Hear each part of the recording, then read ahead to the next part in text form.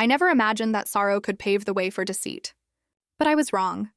A couple of years before my father, a wealthy entrepreneur, passed away, he married Clara, a woman who entered our lives adorned in gems and empty promises. She played the role of a loving wife so convincingly that most people bought into it. But not me. I noticed how her gaze lingered on his fortune, not his heart. As my father's health began to decline, Clara tightened her grip, behaving as though everything was already hers. At his funeral, she stood before our family, announcing that the estate, the businesses, even the private plane were now hers. People muttered in disbelief, shocked by her boldness. But I couldn't help but smile. Because while she thought she had everything, the truth was waiting, ready to reveal itself like a loaded weapon. She had no idea that the assets she boasted about were never my father's to give away. They were mine. When my mother, Elizabeth, passed away, it felt like the ground beneath me shattered. She wasn't just my mom. She was the foundation of our family.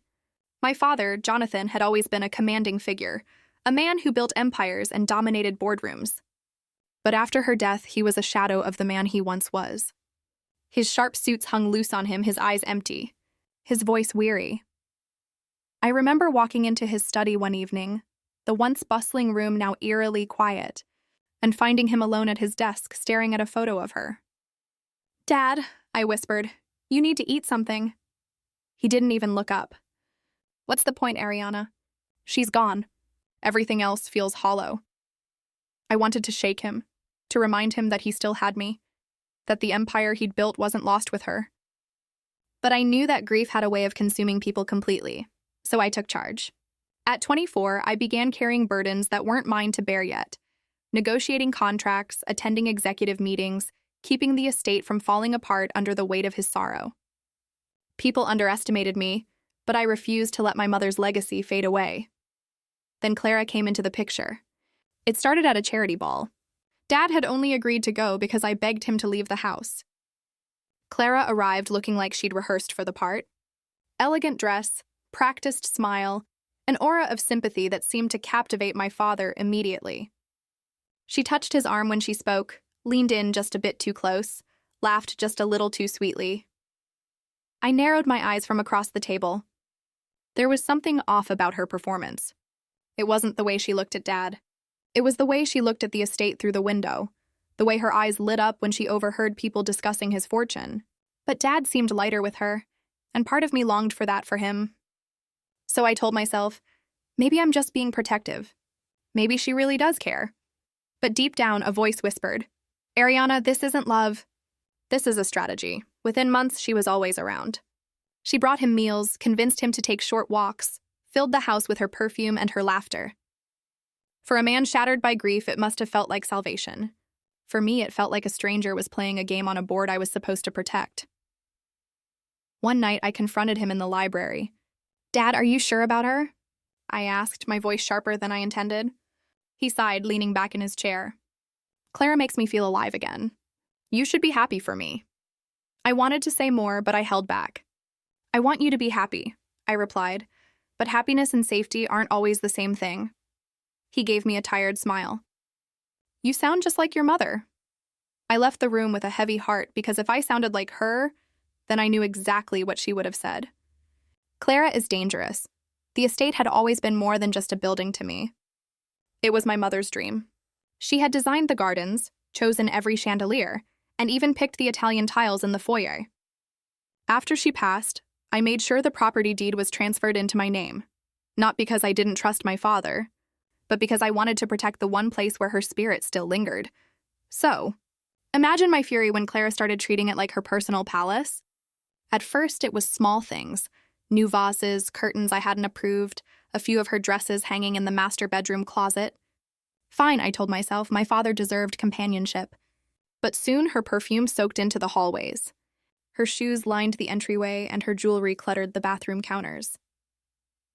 One afternoon, I came home from an executive meeting to find workers hauling in large boxes. "What's going on here?" I asked. Clara appeared from behind them, wearing a satin robe as if she already owned the place. "Oh, Ariana," she cooed, "I thought it was time to refresh the drawing room." The old furniture was so outdated, my jaw tightened. That furniture had been chosen by my mother. She tilted her head, smiling as sharp as glass. "Darling, it's just furniture. Don't be sentimental." I wanted to scream, but just then my father walked in, looking drained. "Please, Ariana," he whispered. "Just let it go. Let it go." This wasn't just about furniture. This was about erasing my mother, piece by piece. Weeks later, things escalated. Clara hosted a dinner party without even asking me. When I walked into the banquet room, I saw strangers, her friends, her colleagues, drinking wine at my mother's table. They spoke about our home as if it was Clara's masterpiece. "Such a gorgeous estate," one woman gushed. "Clara, you've really made it your own." Clara's laugh was soft but deliberate. "Well, once you marry someone like Jonathan, everything changes." I slammed my glass down on the table with such force that the room fell quiet. "Correction," I said, locking eyes with Clara. "This house is not yours." It never was. "It's mine," the air thickened. Guests exchanged nervous glances. My father rubbed his temples, murmuring, "Ariana, not tonight." But Clara just smiled sweetly. "Sweetheart," she said, her voice dripping with venom. "When I married your father, it became ours. Don't be childish." Something inside me snapped. "Don't you ever call me that," I shot back. "This isn't your playground. This is my mother's legacy, and I won't let you rewrite history." Her smile faltered for just a moment, but then she regained her composure. "We'll see," she whispered, as if making a promise. That night, I lay awake in my room, haunted by her words. "We'll see." It wasn't just a taunt. It was a declaration of war. And for the first time, I understood that Clara didn't just want my father, she wanted everything. If Clara's arrival had upset the balance of our home, her daughters completely shattered it. It began with Amanda, the older one, 26, loud and entitled.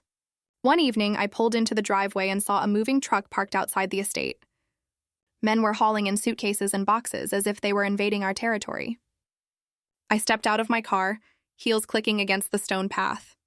"What's going on here?" I demanded. Amanda peeked out from behind the movers, chewing gum and grinning. "Oh, hey, Ariana. Didn't Dad tell you I'm moving in?" My stomach sank. "Excuse me?" Clara appeared, her hand resting delicately on my father's arm. "She needs a place, darling. It's only natural for family to live together."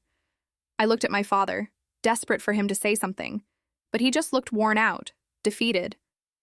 "It's only temporary," he muttered. "Temporary, my foot."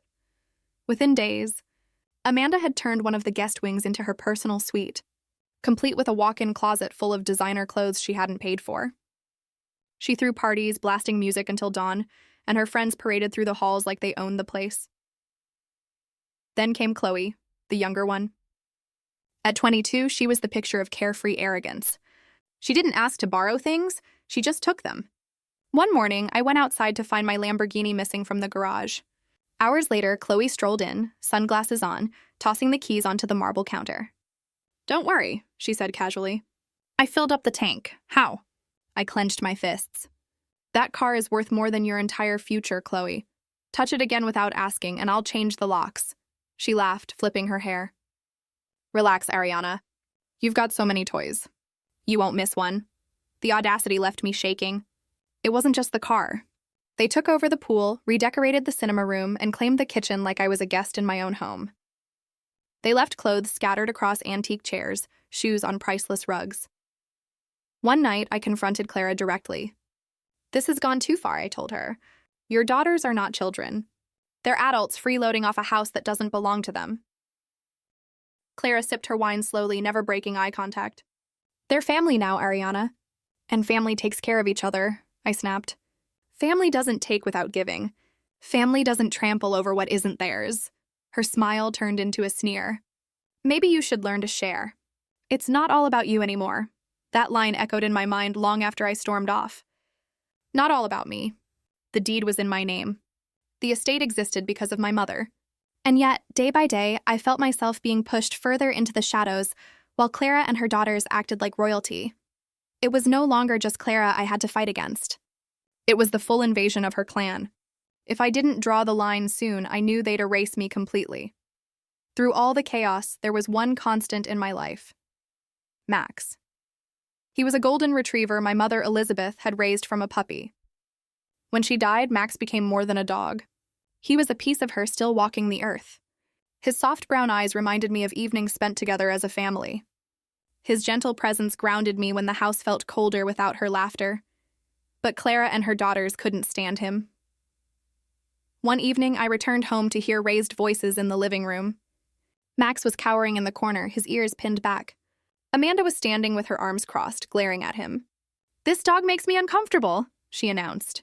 "He growled at me," I said, walking toward him. Amanda scoffed. "Nothing. He's just creepy." "I don't feel safe with him here," Chloe chimed in, rolling her eyes. "Honestly, he smells and sheds all over the furniture. Maybe it's time we got rid of him." I shot to my feet, rage bubbling inside me. "Got rid of him?" I spat. "He's not an old couch you can throw out. He's family." Clara, of course, slithered into the conversation, her voice laced with fake concern. "Ariana, sweetheart, maybe they have a point. Max is old. Perhaps it would be kinder to rehome him somewhere quieter, away from all the tension." I clenched my fists. "Over my dead body. Max stays here. He's not leaving this house." Clara's smile faltered, but her eyes narrowed. "You're being unreasonable. Think of your father's peace. He doesn't need the stress of an aggressive animal. Don't you dare twist this," I shot back. "Max has never hurt anyone. You just want to erase every trace of my mother." For a moment, silence filled the room. The truth hung heavy in the air. Amanda looked away. Chloe fiddled with her phone. But Clara smirked as if I had handed her a challenge she was eager to accept. Later that night, I sat with my father in his study. Max lay curled at his feet, just like always. Dad absent-mindedly stroked his head, a faint smile touching his tired face. "She loved this dog," he murmured, his voice frail. "I see her every time I look at him." My throat tightened. "Then don't let them take him away." He sighed deeply, weary and defeated. "I don't have the strength to fight them anymore, Ariana." That's when I realized. It was up to me. Max wasn't just a pet. He was my mother's memory, my father's comfort, and my last connection to the family we once were. If I let Clara push him out, I would be surrendering the last piece of my mother, too. I kissed Max's head and whispered, "Don't worry, boy. They'll have to go through me first." In that moment, I made a promise to myself. I would protect him with everything I had because this wasn't just about a dog. This was about proving that Clara couldn't erase my mother or me from the life we built. When my father was admitted into hospice, the air in the estate shifted. It wasn't filled with grief. It was thick with anticipation. I could feel it in the way Clara walked through the halls, chin high, as if she were already the new lady of the empire. Amanda and Chloe lounged by the pool, sipping cocktails, laughing as though the world hadn't just collapsed for me. I overheard them one night in the kitchen, their voices hushed. Amanda whispered, "Once Jonathan passes, everything falls to Mom. We'll never have to worry again." Chloe giggled. "Finally, this place will really be ours." My blood ran cold. I stepped out of the shadows. "You're wrong," I said, my voice cold. Both of them froze, wide-eyed. "This house isn't yours, and it never will be." The next evening, I gathered them all in the drawing room. Clara sat on the velvet sofa, Amanda and Chloe perched beside her like smug princesses. I stood before them, heart pounding but voice steady. "We need to talk about what happens after Dad is gone." Clara raised an eyebrow. "We've already decided. We'll stay here. It's what Jonathan would want." I shook my head slowly. "No, things are going to change. You've been living here for free, feeding off my father's kindness." "That ends now," Amanda laughed. "What are you talking about? This is our home." I slammed a folder onto the coffee table, the property deeds, proof that everything was in my name. "No, it's mine. And here are the terms. After Dad passes, you either pay rent at fair market value or you move out. I'm giving you 3 months. That's more generous than you deserve." The room went silent. Chloe's face twisted with outrage. "You can't be serious." "Oh, I'm dead serious," I shot back. 3 months after that, if you're not paying, you're gone." Clara leaned forward, eyes flashing with venom. "How dare you?" "Your father promised me security. He wanted me here." I met her glare with ice. "Promises don't change legal documents. This house was never his to give. You've lived in luxury off his weakness. That ends now." For the first time, Clara's mask cracked. "You're heartless, Ariana. Doing this while your father is still alive." I clenched my fists, but kept my tone firm. "Heartless?" "Heartless is circling a dying man like vultures, waiting to pick his bones clean." I'm protecting what's mine and what my mother built. Amanda stood up, her voice shrill. You think you can just throw us out after everything we've done for your father? I let out a bitter laugh. Everything you've done? You partied in his house, disrespected his memory, and tried to get rid of his dog. Spare me your victim act. The silence that followed was suffocating. 3 pairs of eyes glared at me, but I didn't flinch. Finally, I said 3 months. That's your countdown. Use it wisely. And with that, I turned on my heel, Max padding faithfully behind me. For the first time in months, I felt a flicker of control return. They thought I was bluffing. They thought I was weak. But I wasn't afraid of a fight anymore. The clock had started ticking. The day of my father's funeral was overcast, the sky heavy as if it mourned with me. Black cars lined the cemetery drive, and guests whispered in hushed tones, dressed in designer mourning clothes. Billionaire or not, my father was still a man loved by many, and the turnout was enormous. Business partners, journalists, distant relatives, even politicians. I stood near the casket, Max at my side, his head bowed as if he understood the weight of the moment. My chest ached, but I forced myself to stand tall. This was for Dad. Then Clara made her entrance. She wore a black gown that clung to her like it was made for the stage. A netted veil covered half her face, but I could see the gleam in her eyes. Not grief, triumph. She clutched Amanda and Chloe's hands dramatically, as though they were the grieving widows instead of me, the daughter who had lost everything. When the service ended, she cleared her throat and stepped up to the small podium meant for condolences. My heart froze. Ladies and gentlemen, she began, her voice trembling just enough to sound rehearsed. Jonathan was not just my husband. He was my entire world. And though today we mourn his passing, we also honor his wishes. As his wife, I will carry forward his legacy and safeguard his estate, his mansion, his businesses, his fortune, everything entrusted to me. Gasps rippled through the crowd. A few heads turned toward me, searching for confirmation. I felt heat rise in my cheeks. How dare she? Amanda squeezed her mother's hand, smiling proudly. Chloe lifted her chin, basking in the attention. I stepped forward, heels clicking sharply against the stone. That's enough, Clara. My voice sliced through the murmurs. Clara looked down at me, feigning innocence. Ariana, dear, don't interrupt, Clara said, her voice dripping with sweetness. This is what your father wanted. I narrowed my eyes. What my father wanted and what you imagine are 2 very different things. She tilted her head, her voice syrupy. Why don't you sit down, darling?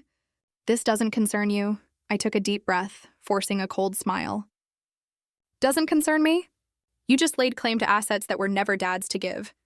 The estate, the businesses, even the private plane you like to brag about. They're all in my name. A hush fell over the crowd. Cameras clicked. Journalists leaned forward eagerly. Clara's painted lips trembled for a split second before she laughed, sharp and brittle. You're lying. Jonathan told me everything would pass to me. I stepped closer, lowering my voice but making sure everyone could hear. Then you'll have no problem showing us the paperwork. Oh, wait. You can't because it doesn't exist. Her face drained of color. Amanda hissed, Mom, don't let her get away with this. Chloe clung to her arm, whispering frantically, but I didn't stop. My father loved you, Clara, I won't deny that. But love doesn't rewrite contracts. Love doesn't erase deeds. And love certainly doesn't entitle you to what you never earned. Gasps, whispers, the sharp glare of camera flashes.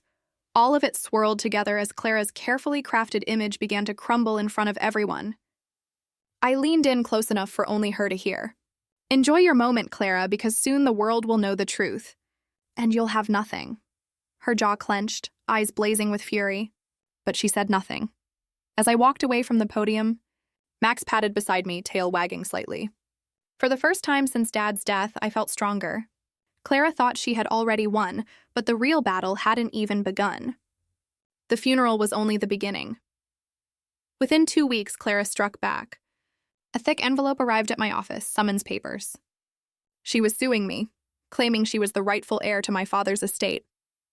I almost laughed when I read it, but the pit in my stomach told me this wouldn't be quick or easy. Clara wasn't just greedy. She was relentless. The day of the hearing, the courtroom buzzed like a hornet's nest. Reporters packed the benches, cameras waiting outside, the entire city eager to see a billionaire's empire torn apart. I walked in wearing a simple black suit, Max's collar charm tucked into my pocket for strength. Clara entered moments later, draped in designer black, Amanda and Chloe flanking her like bodyguards. She looked at me and smirked as though she already saw victory written in the judge's eyes. The proceedings began. Her lawyer, a slick man in a $1,000 tie, rose first. Your Honor, my client, Clara Harrington, was the lawful wife of the late Jonathan Harrington. He promised her security, a home, and his estate. Though the deeds may not yet reflect this, it is clear by his intent and their marriage vows that she is entitled to inherit his properties. I clenched my jaw. Intent marriage vows? That wasn't law. It was theater. My attorney stood next, calm and confident. He laid a thick folder on the bench. Your Honor, the defense will demonstrate that the estate, the private jet, and the majority of Jonathan Harrington's holdings were never legally his to give. They were transferred years ago into his daughter, Ariana Harrington's name, for safekeeping after the death of his first wife. All titles, deeds, and records confirm this. He handed the documents to the judge, who flipped through them carefully. The sound of pages turning was like thunder to me. Clara's face twitched. She leaned over to her lawyer, whispering furiously. Her attorney tried again. Your Honor, my client has lived in the property, contributed to the household, and was promised stability. She deserves equitable compensation at the very least. That was it for me. I stood up respectfully. Your Honor, may I speak? The judge nodded. I faced the courtroom, my voice shaking at first, but growing stronger with every word. My father was a good man, but he was broken after my mother's death. Clara saw that weakness and exploited it. She didn't build this home. She didn't invest in the company. She didn't even care for him in his final days the way she pretends now. She moved in, took advantage, and tried to erase every piece of my mother's legacy, including Max, the dog she wanted gone. And now she stands here demanding what was never hers. Gasps rippled through the room. Reporters scribbled furiously. Amanda shot to her feet. That's a lie. We loved Jonathan, I turned on her. Loved him? You threw parties in his house while he was dying. You stole cars, trashed rooms, treated him like a guest in his own home. Don't you dare lecture me about love. Chloe's face crumpled, tears streaking her mascara. You're cruel, I swallowed hard, my voice cracking with raw anger. You lost a man you barely knew. I lost my father. Don't compare your greed to my grief. The courtroom fell silent. The judge cleared his throat, eyes moving from the papers to Clara. Mrs. Harrington, do you have any legal documentation proving your claim? Clara stood slowly, her composure slipping. Jonathan told me. He told me it would all be mine. He promised. The judge's voice was firm. Promises are not legally binding. Without deeds, contracts, or a will, there is no case. Clara's lawyer sank into his chair. Amanda covered her mouth, horrified. Chloe clutched her mother's arm. I felt my pulse hammering in my ears, but I couldn't stop. I stepped closer, my voice sharp as a blade. You wanted everything, Clara. You thought you could push me out, erase my mother, and own an empire built on someone else's back. But you miscalculated.